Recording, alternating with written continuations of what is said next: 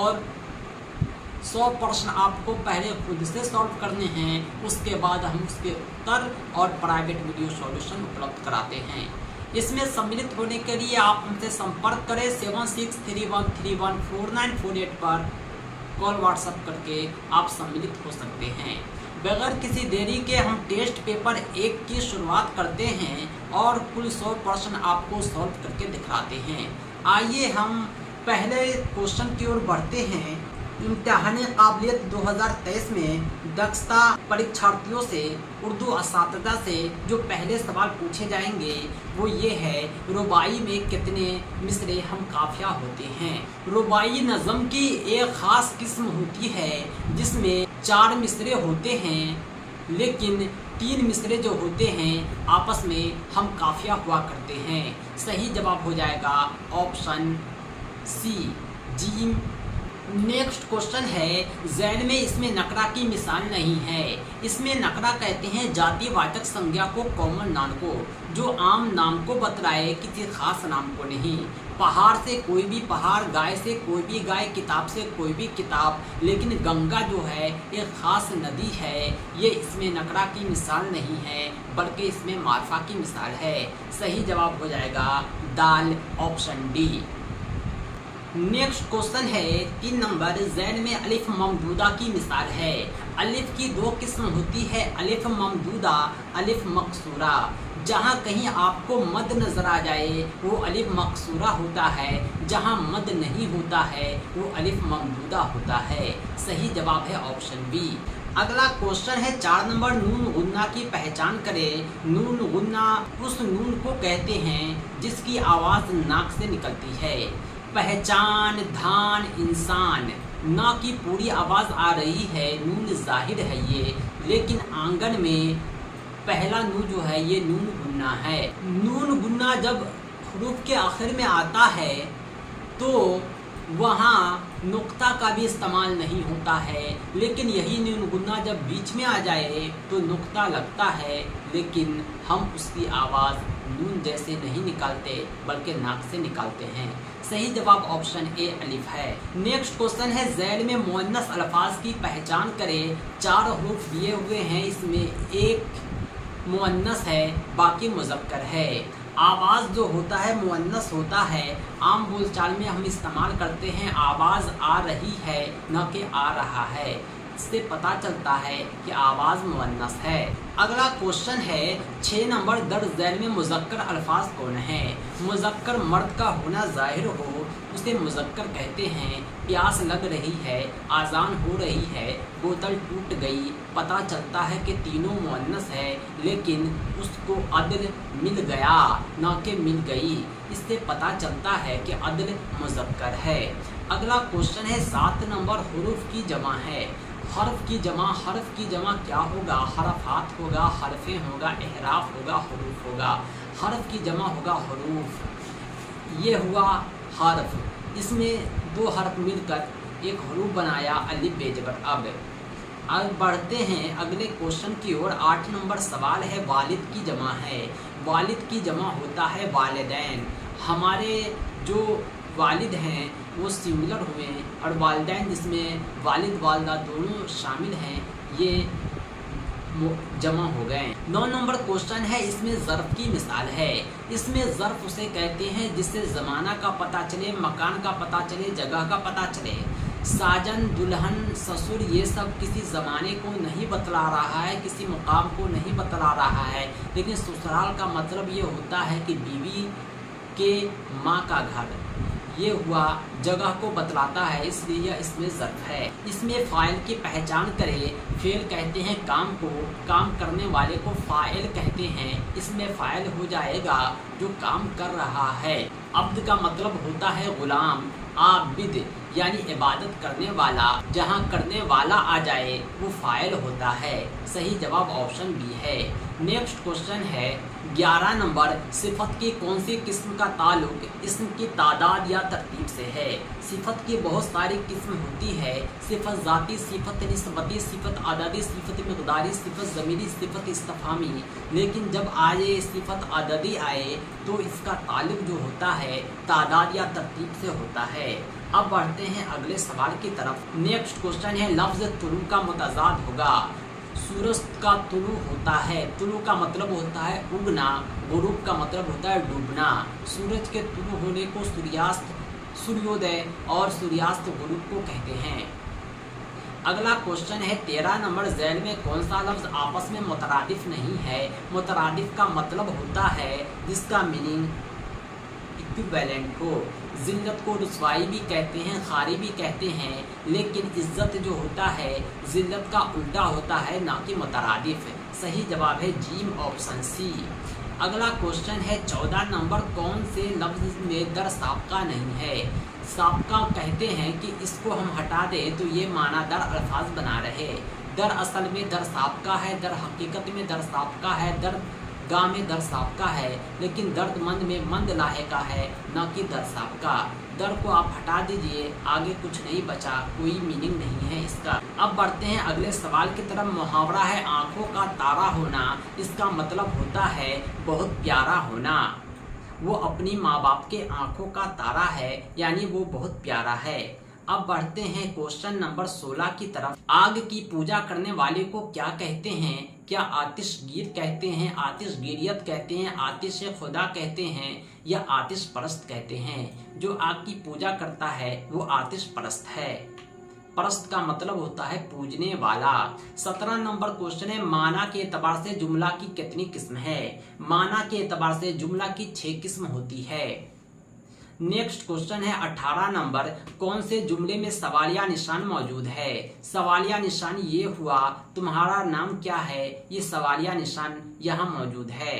अब बढ़ते हैं अगले क्वेश्चन की तरफ। 19 नंबर सवाल है, शेर में जब किसी तारीखी वाकया बयान किया जाए तो उसे तलमीह कहते हैं। नेक्स्ट क्वेश्चन है 20 नंबर, डॉक्टर आया था फेल माजी की कौन सी किस्म है। आया था से पता चलता है या फेल माजी बईद है। कोई काम माजी में गुजरे हुए ज़माने में पता चले कि बहुत पहले ही ख़त्म हो गया हो, उसे फेल माजी बईद कहते हैं। दरसे किताब से कुछ सवालात पूछे जाते हैं। 21 नंबर क्वेश्चन इसी से रिलेटेड है। बच्चे जुगनू को टोपी में क्यों छुपाते हैं।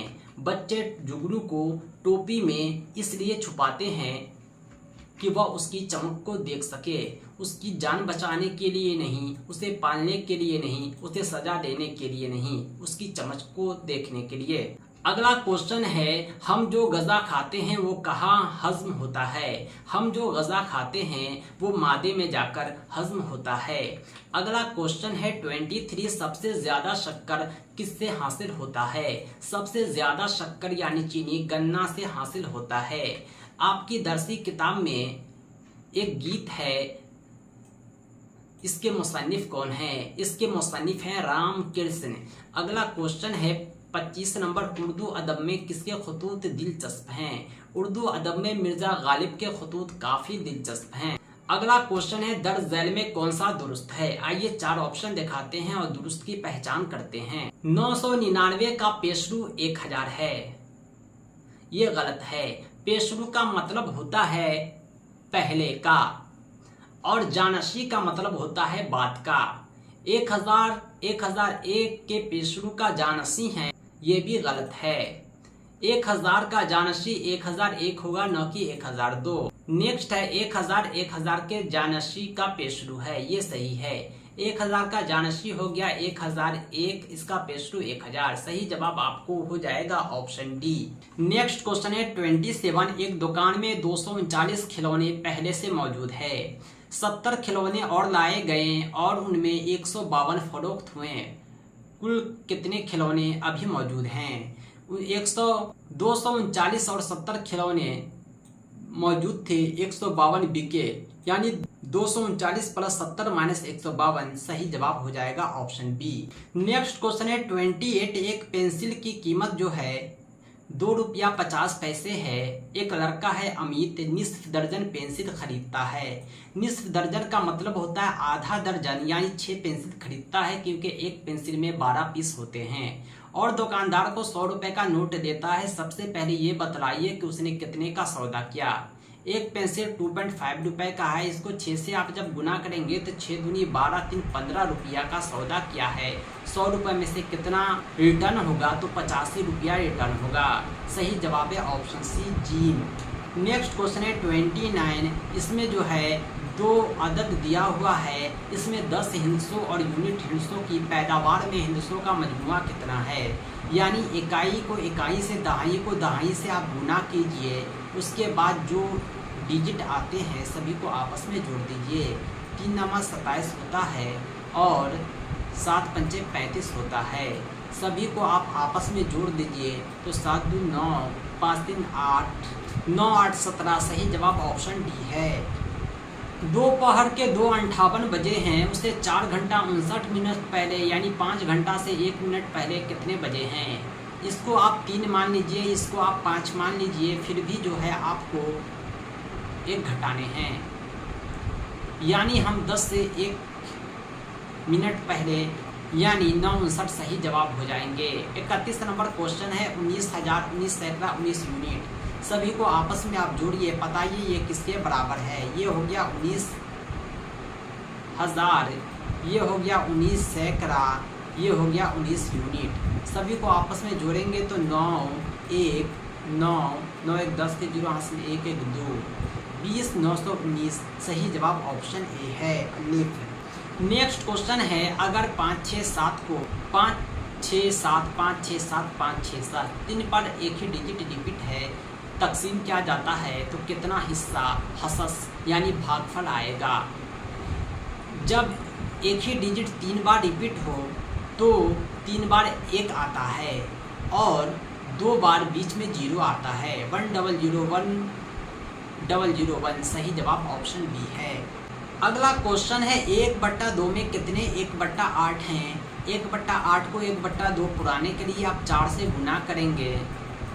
4 दूनी 8 होता है, यानी 1/2 आपको हासिल हो रहे हैं, यानी इसमें कुल 4 1/2 हैं। अगला क्वेश्चन है 34। 176 को 3 से तकसीम किया जाए तो क्या हासिल होगा? 176 को आप 3 से तकसीम करेंगे तो 3 पंचे 15, 2 26, 3 8 24 आएगा और 2 हासिल बचेगा, बकिया बचेगा। इसे ही आपको पता करना था। सही जवाब हो जाएगा ऑप्शन सी जीम। अगला क्वेश्चन है 35 नंबर। 500 सेंटीमीटर 50 मीटर 5 किलोमीटर कितने के बराबर है? इस तरह के सवाल को सॉल्व करने के लिए सबसे पहले आप देखेंगे कि आंसर जो है मीटर में है या सेंटीमीटर में। आंसर जब मीटर में है तो हम पूरे को मीटर बनाएंगे, सेंटीमीटर को भी मीटर, किलोमीटर को भी मीटर। सेंटीमीटर को मीटर में बदलने के लिए हमने 100 से भाग दे दिया, 5 आया। 50 मीटर अपनी जगह है। किलोमीटर को मीटर में बदलने के लिए हमने 1000 से गुना किया, यानी 5000 प्लस 500 प्लस 5 यानी 5000 और 500 और 5 को जोड़ेंगे तो हमें 5055 आएगा। सही जवाब ऑप्शन बी है। अब बढ़ते हैं अगले सवाल की तरफ। क्वेश्चन नंबर 36 है 63606 में 6 के मकामी कीमत का मजमुआ क्या है? मकामी कीमत मकाम के अनुसार बदलता रहता है। यहाँ पर यूनिट है तो मकामी कीमत 6 होगा। यहाँ पर सैकड़ा है तो मकामी कीमत 600 हो जाएगा। ये 10,000 है तो मकामी कीमत 6000 यानी 60,000 हो जाएगा। अब आप बताएं कि सबको आपस में जोड़ने पर क्या हासिल होगा? 60,606 सही जवाब है ऑप्शन डी। नेक्स्ट क्वेश्चन है 37 नंबर। 5,671 और उसके हिस्सों को उलटकर हासिल करदा नंबर के दरमियान क्या फ़र्क है? 5,671 और उसके हिस्सों को उलट दीजिए, यानी पहले 1 फिर 7 फिर 6 फिर 5। इसको आपस में जब घटाएंगे तो आपको फ़र्क आ जाएगा। 11 में से 5 गया 6, 6 में से 6 गया 0, 16 में से 7 गया 9, 4 में से 1 गया 3, यानी 3906। सही जवाब ऑप्शन सी जीम है। नेक्स्ट क्वेश्चन है औसत निकालना है। 5 नंबर दिए हुए हैं। औसत निकालने के लिए आप पाँचों को जोड़ के 5 से भाग दे दीजिए। जब आप 11, 13, 14, 16, 21 को जोड़ेंगे तो आपको 75 आएगा और 5 से भाग देंगे तो आपको 15 हासिल होगा। सही जवाब है बे। अगला क्वेश्चन है 39 नंबर। एक तालिब इल्म 12 किलोमीटर फी घंटा की रफ्तार से साइकिल के जरिए घर से स्कूल जाता है और 10 किलोमीटर फी घंटा की रफ्तार से वापस आता है, तो तालिब इल्म की औसत रफ्तार क्या है? जब दूरी बराबर हो तो औसत रफ्तार हासिल करने के लिए जो फार्मूला होता है 2 गुने स्पीड 1 गुने स्पीड 2 बटा स्पीड 1 प्लस स्पीड 2 होता है।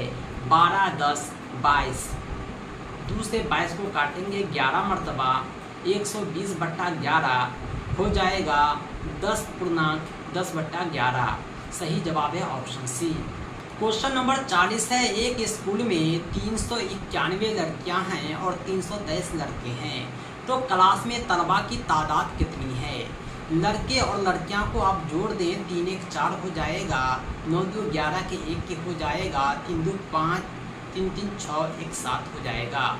714 आप ऑप्शन में तलाशें। सही जवाब हो जाएगा ऑप्शन जी।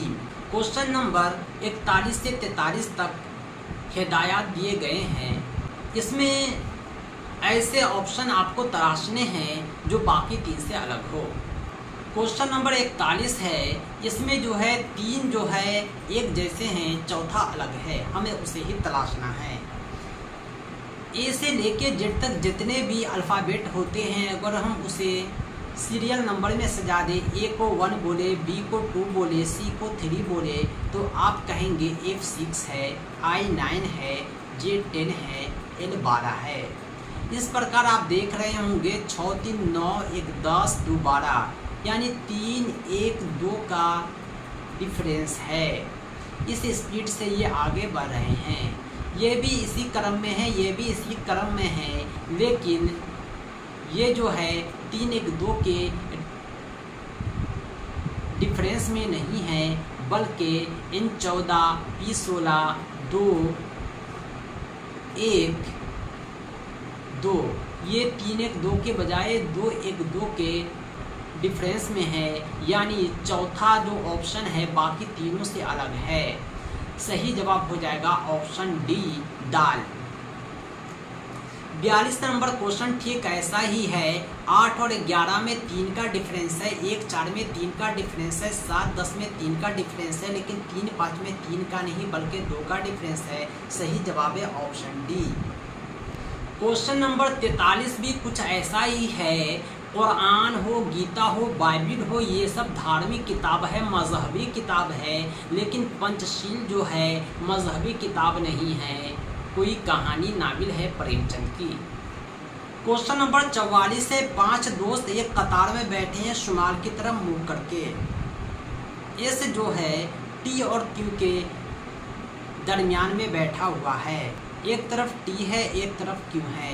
क्यू जो है आर के बिल्कुल बाईं तरफ है, क्यू जो है आर के बिल्कुल बाईं तरफ है, पी जो है टी के फौरी बाईं तरफ है। हमने पी को भी टी के बाईं तरफ बैठा दिया। बीच में कौन है आप देख पा रहे होंगे, बीच में एस है। सही जवाब अलिफ है ऑप्शन ए। क्वेश्चन नंबर 45 है। कोड लैंग्वेज में ब्रिंजल को इतना लिखा गया है, तो उसी कोड लैंग्वेज में लेडी फिंगर को कैसे लिखा जाएगा? आप जब दोनों को देखेंगे गौर से तो इसकी तरतीब पलट दी गई है। बी पहला है तो इसके आखिर में भेज दिए, एल आखिर में था तो इसको पहला बना दिए, इसी क्रम में सजाया हुआ है। इसी तरह हम लेडी फिंगर को देखेंगे तो सबसे पहले LADYFINGER होगा, जो ऑप्शन डी में आपको नज़र आ रहा है। सही जवाब है दाल। 46 नंबर क्वेश्चन है। दर्ज झैल मसावात को मतवाज़िन करने के लिए रियाजी की अलामतों की सही तरतीब का इंतखाब करें। यानी एक समीकरण दिया हुआ है, उसे बराबर के दाएं जानिब बाएं जानिब बराबर करना है। आप स्टार की जगह प्लस माइनस गुना भाग में क्या लिखेंगे? आइए हम आपको सबसे पहले मसावात समीकरण दिखलाते हैं। एक तरफ 8 है, दूसरी तरफ 8 8 एक साथ है, बराबर के बाईं जानिब स्टार की जगह आप क्या लिखेंगे? अगर हम 8 भागा 8 लिखते हैं तो ये 1 हो जाता है। 1 गुने 1 लिखते हैं तो ये 1 रहता है, प्लस 7 करते हैं तो ये 8 हो जाता है। जीम को आप पुट करें, सही जवाब आपके सामने आएगा। नेक्स्ट क्वेश्चन है 47, दिए गए मुताबलात में गायब नंबर की तलाश करें। ये जो दिए गए हैं इसमें आपको वाट की जगह क्या होगा लिखना है। 25 और 36 को देखें और 11 प्राप्त करें। 25 का स्क्वायर रूट 5 और 36 का मुरब्बा जब स्क्वायर रूट 6 होता है, 6 और 5 को जोड़ेंगे तो 11 हासिल होगा। इसी तरह 49 को आप 7 लिख सकते हैं, स्क्वायर रूट निकालने के बाद 81 को 9 लिख सकते हैं, 9 7 16 हो जाता है। इसी प्रकार जो है 16 को आप 4 लिखेंगे, 64 को 8 लिखेंगे, 8 4 12 होगा। सही जवाब ऑप्शन ए अलिफ है। नेक्स्ट क्वेश्चन है 48 नंबर, मुंदरजा झैल इख्तियारात में कौन सा झैल में दिए गए अल्फाज की बामाना तरतीब को जाहिर करेगा। मक्खी शहद बोतल मोम है तो सबसे पहले मक्खी मोम बनाती है, मोम से शहद बनता है और इसको हम बोतल में भर लेते हैं। 1 4 2 3 सही जवाब हो जाएगा ऑप्शन बी। 48 नंबर क्वेश्चन है 49, कोड लैंग्वेज में CLOCK को CLOCK पलटकर लिख दिया गया है। STPS को क्या लिखेंगे, इसे भी आप पलटकर लिख दीजिए। पहला को अंतिम, अंतिम को पहला। STPS को SPETS आप लिख सकते हैं, जो आपको ऑप्शन डी दाल में नज़र आ रहा है। दोस्तों, मैगजीन का एडिटर से जो ताल्लुक है वही ड्रामा का ताल्लुक डायरेक्टर से है। दोनों जो होते हैं अहम रोल प्ले करते हैं, मेन रोल प्ले करते हैं। दोस्तों, कोयल एक ऐसा पक्षी है या अपने अंडे कौवे के घोंसले में देती है। कौवा उस अंडे को अपने अंडे समझ लेती है और पाल पोसकर बड़ा कर देती है। 52 नंबर क्वेश्चन है, हिंदुस्तानी खानदान की बुनियादी शक्ल क्या है। खानदान कई तरह के होते हैं, एक होता है इनफरादी खानदान, दूसरा होता है मुश्तरका खानदान। हमारे मुल्क में आमतौर से मुश्तरका खानदान मिलते हैं, जहां दादा दादी, माँ बाप, बच्चे, चाचा चाची, फुआ आंटी सब साथ होते हैं। दोस्तों, दर्द झैल में कौन सी सरगर्मी जंगलात की कटाई का बायस बनती है। खुश्क साली, सुखाड़ पड़ने से, जंगल में आग लगने से जंगल की कटाई हो जाती है बड़े पैमाने पर। सही जवाब होगा ऑप्शन डी दोनों। 54 नंबर क्वेश्चन है, दर्द झैल में कौन सा बयान गलत है। आइए चारों बयान को हम पहले पढ़ते हैं। पहला है, राजस्थान में मिट्टी के घर गर्मी में से मुआवजत के तौर पर बनाए जाते हैं। राजस्थान में गर्मी काफ़ी ज़्यादा पड़ती है, रेगिस्तानी इलाका है, इसलिए मिट्टी के घर इसलिए बनाए जाते हैं कि गर्मी के मौसम में उन्हें आराम मिले। मिट्टी की जो दीवार होती है उसे मिट्टी और गाय के गोबर से पेंट किया जाता है। ऐसा करने से वो सुंदर दिखता है और ठंडक रहता है। बबूल जो होते हैं उसके दरख्त का तना जो है इन्फेक्शन से भी बचाता है। आसाम के बारे में लिखा है कि मकानात जो होते हैं ज़मीन से चंद फीट ऊपर बनते हैं और घर पत्थर के सतूनों पर खड़े होते हैं। ये तो सही बात है कि आसाम में चंद फीट ऊंचे घर बनते हैं, लेकिन घर बांस के सतून पर होते हैं, न कि पत्थर के। सही जवाब हो जाएगा ऑप्शन सी, क्योंकि ये ऑप्शन गलत है। डी दाल। नेक्स्ट क्वेश्चन है 55, जब एक चुटकी भर नमक एक गिलास पानी में घुल जाता है तो पानी की सतह में क्या इजाफा होगा, क्या कम जाएगा, बल्कि पानी का सतह वही रहेगा। सही जवाब है ऑप्शन सी। नेक्स्ट क्वेश्चन है 56 नंबर, गलत बयान की निशानदेही करना है। ट्रांसपायरेशन वो अमल है जिसके जरिए पौधा पानी खो देता है।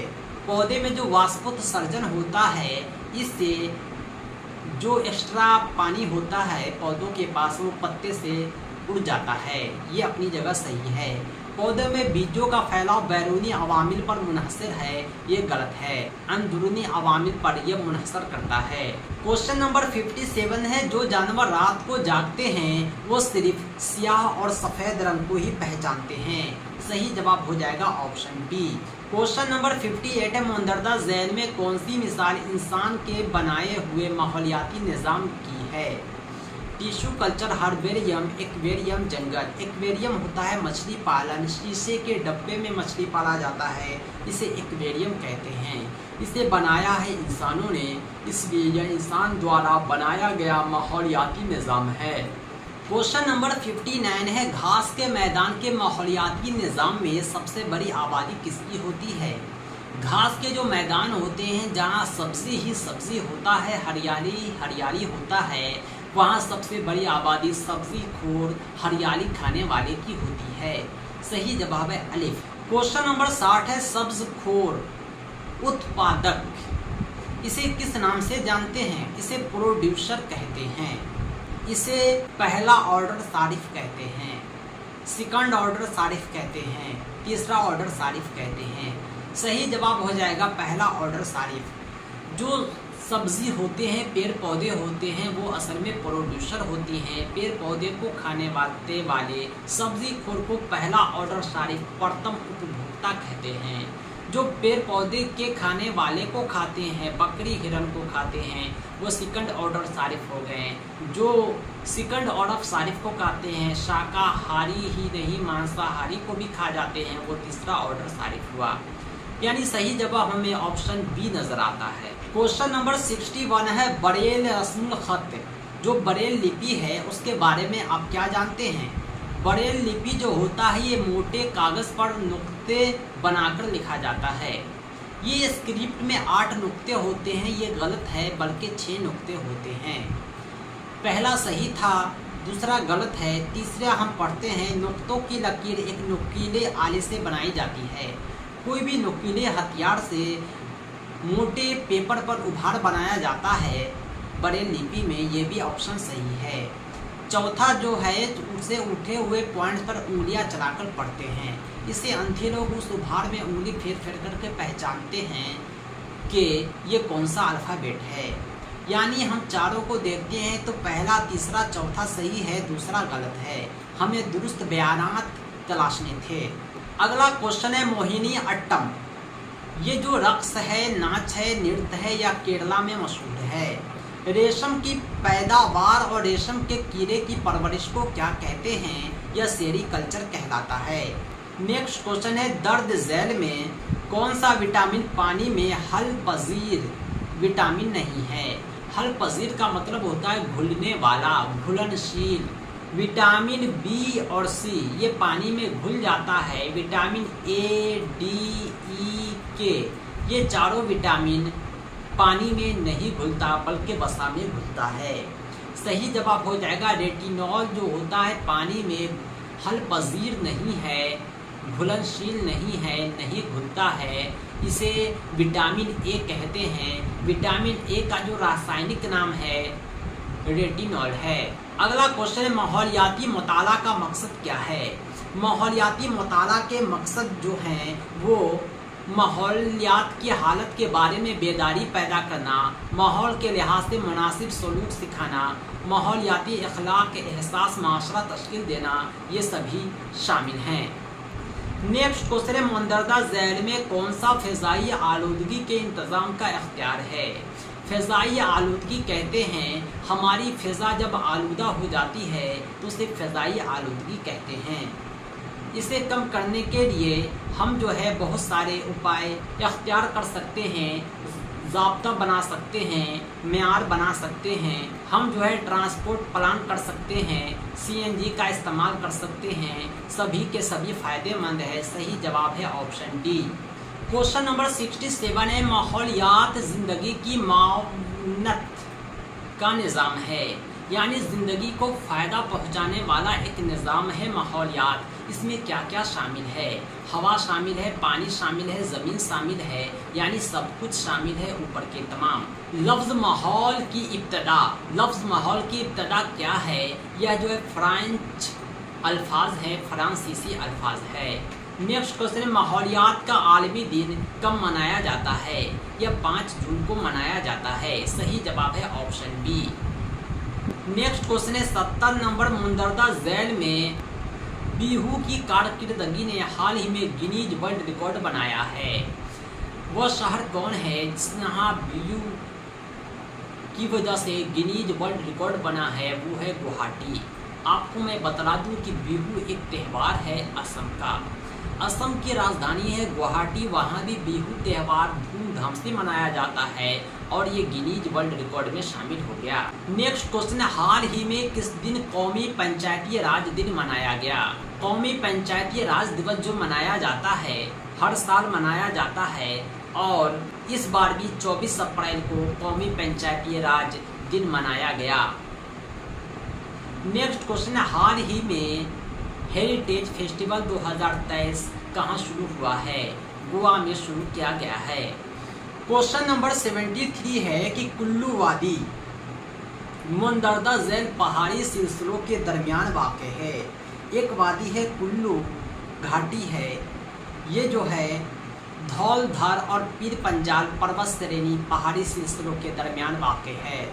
क्वेश्चन नंबर 74 है, अमरकंटक की पहाड़ी के मगरबी जानिब से कौन सा दरिया निकलता है? अमरकंटक की जो पहाड़ी है उसके मगरबी जानिब से सोन नदी निकलती है। नेक्स्ट क्वेश्चन है, फ़ज़ा में कौन सी गैस सबसे ज़्यादा पाई जाती है? फ़ज़ा में नाइट्रोजन गैस सबसे ज़्यादा पाई जाती है, इसे N2 भी कहते हैं। नेक्स्ट क्वेश्चन है, हिंदुस्तान के आईन का मेमार किसको समझा जाता है? B.R. अम्बेडकर को। क्वेश्चन नंबर 77 है, सुप्रीम कोर्ट ने किस केस में आईन के बुनियादी ढांचे का उसूल पेश किया? यह केशवानंद भारती विवाद था जिससे केरला सरकार दूसरी जानिब खड़ी थी, यानी सही जवाब है ऑप्शन सी जीम। नेक्स्ट क्वेश्चन है, दस्तूर साज असेंबली के कितने मौजूदा अरकान ने आईन पर दस्तखत किए? जो दस्तूर साज असेंबली था, संविधान सभा था, उसके 284 मेंबर ने आईन पर संविधान पर दस्तखत किए थे। सही जवाब है ऑप्शन बी। नेक्स्ट क्वेश्चन है, दस्तूर साज असेंबली के कौन मेंबरान थे जिसके जरिए हिंदुस्तान का आईन नाफिज किया गया? गवर्नर जनरल की तरफ से ये नामजद थे? नहीं। सियासी जमातों की तरफ से नामजद थे? नहीं, बल्कि ये मुख्तलिफ सूबों की कानून साज असेंबलियों के ज़रिए नामजद थे। यानी जो कानून साज असेंबली बना था, संविधान सभा बना था, उसके जो भी मेंबर थे जो देश भर के मुख्तलिफ सूबों से आए थे, मुख्तलिफ रियासतों से चुने गए प्रतिनिधि कानून साज असेंबली थे। सही जवाब है ऑप्शन सी जी। अगला क्वेश्चन है, आईन में तरमीम संशोधन का अमल का जिक्र आईन के किस हिस्से में है? आईन में जो संशोधन होता है इसके अमल का जिक्र जो है यह हिस्सा 20 भाग 20 में अंकित है। क्वेश्चन नंबर 81 है, बच्चे किस उम्र में हरूफ को पहचानना शुरू कर देते हैं? बच्चे छोटे होते हैं, हरूफ को नहीं पहचान पाते, लेकिन जब ये 5 साल के हो जाते हैं तो हरूफ को आसानी से पहचानने लगते हैं। एक बीमारी होती है जो एलेक्सिया कहलाती है, इसमें बच्चे पढ़ने से कासिर हो जाते हैं, हरूफ को नहीं पहचान पाएंगे, लिखे हुए को नहीं पढ़ पाएंगे। सही जवाब है अलिफ। नेक्स्ट क्वेश्चन है, प्याजे का बाकायदा ऑपरेशनल मरहला किस उम्र तक समझा जाता है? 11 से 15 साल। रहम में बच्चों की नशोनुमा कितने दिनों में होती है? माँ के पेट में बच्चे कितने दिनों तक रहते हैं? 280 दिनों तक। अगला सवाल है, जीन पियाजे के मुताबिक अमली तरक्की का मरहला है। जीन पियाजे के मुताबिक अमली तरक्की के 4 मरहले होते हैं। नेक्स्ट क्वेश्चन है, 86 नंबर, मुंदरदा झील में कौन सा बुनियादी मरहले में ज़बान की तालीम का मकसद नहीं है? ज़बान की तालीम के बहुत सारे मकसद होते हैं बुनियादी मरहले में भी, लेकिन हरूफ तहजी की तरतीब वार हिफ्ज़ करना, उसे याद कर लेना, ये बुनियादी मरहले में ज़बान की तालीम का मकसद नहीं है।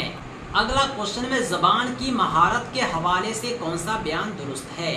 ज़बान की महारत के हवाले से यह बयान दुरुस्त है कि ज़बान की चारों महारतें सुनना, बोलना, पढ़ना, लिखना आपस में मरबूत होते हैं, मिले हुए होते हैं।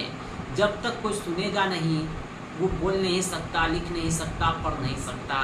जो पढ़ नहीं सकता वो सुन नहीं सकता, इस तरह से मरबूत होते। ज़बान की तदरीस में जो टेक्स्ट बुक है वो क्या है? काबिल अमल है या ज़रिया है या गैर ज़रूरी है या वाहिद वसीला है? टेक्स्ट बुक जो होता है अपनी जगह काफ़ी अहमियत रखता है, लेकिन ये सिर्फ एक ज़रिया है। बगैर टेक्स्ट बुक के भी हम बच्चों को तालीम दे सकते हैं। नेक्स्ट क्वेश्चन है, इस्लाही तालीम का कामयाबी का इन्हिसार किस पर होता है? इस्लाही तालीम उसे कहते हैं ऐसी तालीम जिससे बच्चों को तरबियत मिले, इस्लाह मिले, उसे सीखने को मिले। ये डिपेंड करता है मसाइल की वजूहात की दुरुस्त निशानदही पर। सही जवाब है ऑप्शन बी। नेक्स्ट क्वेश्चन है, बोलना महारत में अहम क्या है? बोलना का मतलब ही होता है सियाको सबाक और सूरत हाल के मुताबिक अपनी बात कहने के काबिल होना। यानी हम जो है वक्त के लिहाज से बोलेंगे, सोच समझकर बोलेंगे, जहाँ ज़रूरत है, जितनी ज़रूरत है उतना ही बोलेंगे। यही है बोलने की महारत। नेक्स्ट क्वेश्चन है, 91 एक कसीरुल सकाफती क्लासरूम में ज़बान के उस्ताद के तौर पर आप किस चीज़ को सबसे ज़्यादा अहमियत देंगे? एक कसीरुल सकाफती क्लासरूम है और आप ज़बान के उस्ताद हैं, तो सबसे ज़्यादा अहमियत किस चीज़ को देंगे? सबसे ज़्यादा अहमियत देंगे बच्चों को ज़बान इस्तेमाल करने का ज़्यादा से ज़्यादा मौका फराहम करेंगे। नेक्स्ट क्वेश्चन है, प्राइमरी सतह की तालीम में इबलाग का ज़रिया डैश होना चाहिए, क्योंकि इस ज़बान में सिर्फ बच्चे का दिमाग सबसे ज़्यादा फाल होता है। प्राइमरी क्लास के बच्चों को पढ़ा रहे हैं तो बेहतर हो कि आप मादरी ज़बान में पढ़ाएं, क्योंकि बच्चे का जो दिमाग है वो मादरी ज़बान को अच्छे से एब्जॉर्ब कर रखा है। अगर आप मादरी ज़बान में पढ़ाएंगे तो बच्चे आपकी बातों को अच्छे से समझेंगे, उसे समझने में कोई दुश्वारी ना होगी। अगला सवाल है 93, ज़बान की निसाबी किताबों में जो मशक़ें दी गई होती है उसका क्या फ़ायदा है? मशक़ का मतलब ही होता है रिपीटेशन। बच्चों को चीज़ों को आजमाने, गहराई से मशगूल होने और तजर्बात की एक वसी रेंज के साथ शनाख्त करने का मौका फराहम करता है। नेक्स्ट क्वेश्चन है 94, उर्दू ज़बान में मुसलसल तशख़ीस का सबसे मौजूद तरीका क्या है?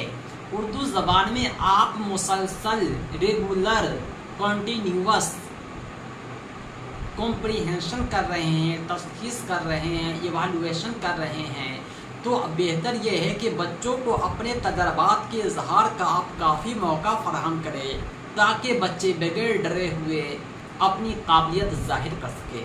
सही जवाब हो जाएगा ऑप्शन ए अलिफ। नेक्स्ट क्वेश्चन है, लैंग्वेज क्लासेज में यानी ज़बान की क्लास में डिस्प्ले मटेरियल तभी आरायशी होता है जब ये बच्चों को लिखना पढ़ना सिखाने के लिए इस्तेमाल नहीं होता। यानी जो भी मटेरियल आप इस्तेमाल कर रहे हैं इसका इस्तेमाल होना चाहिए, बच्चों को फ़ायदा पहुंचाने के लायक हो, वरना ये आरायशी हो जाएगा। अगला क्वेश्चन है 96, प्राइमरी मरहले में बच्चों की ज़बान की तालीम के हवाले से कौन सा बयान गलत है? 3 सही है, 1 गलत है, हमें गलत की पहचान करनी है। बच्चे पेचीदा और भरपूर ज़बान के ढांचे के साथ स्कूल आते हैं, बिल्कुल सही है। बच्चों के पास अपनी ज़बान होती है। बच्चों के ज़बान के तस्वुरात और स्कूल में ज़बान के मौजूदा माहौल के दरमियान फ़र्क ज़बान सीखने में मददगार हैं। ये मददगार नहीं बल्कि नुकसानदेह है। बच्चों की मादरी ज़बान में ही उसे तालीम दी जानी चाहिए। अगर मादरी ज़बान के अगेंस्ट हम तालीम दे रहे हैं तो बच्चे जानकर भी अनजान हो जाएंगे। अगले ऑप्शन को भी आप देख सकते हैं, लेकिन हम बढ़ते हैं क्वेश्चन नंबर 97 की तरफ। ज़बान की इजहार की महारतें हैं। ज़बान के इजहार की बहुत सारी महारतें होती है, उसमें 2 है बोलना और लिखना। इसमें से ज़बान का इजहार होता है, हम बोलते हैं, लिखते हैं तो अपनी काबिलियत का इजहार करते हैं, अपनी ज़बान में ही बोलते हैं, अपनी ज़बान में ही लिखते हैं। इसे अभिव्यक्ति कौशल भी कहते हैं।